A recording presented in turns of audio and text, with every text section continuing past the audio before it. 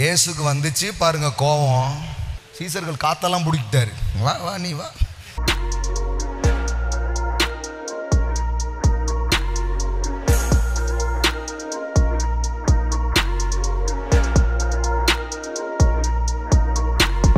சின்ன பிள்ளைகள் ஆசையா இயேசுனா பார்த்து ஓடி வந்தாங்களாம்.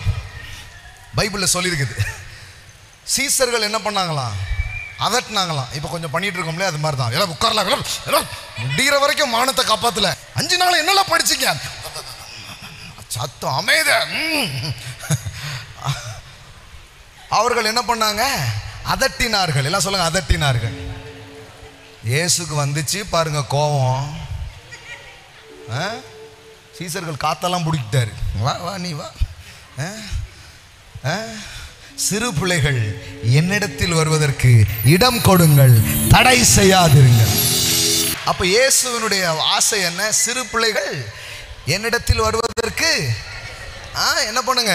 இடம் கொடுங்கள். பக்கத்துல போய் சொல்லுங்க, இடம் கொடுங்கள். அவர்களை தடை பண்ணாதிருங்கள். தேவனுடைய ராஜ்யம் அப்படிப்பட்டவர்களுடையது.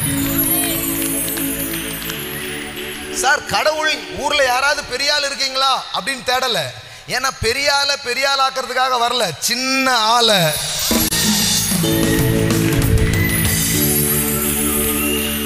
அவர் சிறியவனை புழுதியிலிருந்து தூக்கி எளியவனை குப்பையிலிருந்து உயர்த்தி அவனை பிரபுக்களோடு ராஜாக்களோடு உட்கார வைக்கிறார். ஆமென். நான் சொல்லுகிறேன், இந்த இயேசு ஆண்டவர் இந்த சிறு பிராயத்தில், ஏன் இந்த நாட்கள் இந்த சத்தத்தை கேட்கும் போது அவர் உங்க வாழ்க்கையில வருவார்னா, உங்களை வாழ மட்டும் வைக்க மாட்டார், உங்களை ஆளவும் வைப்பார். ஆமென், ஆமென்.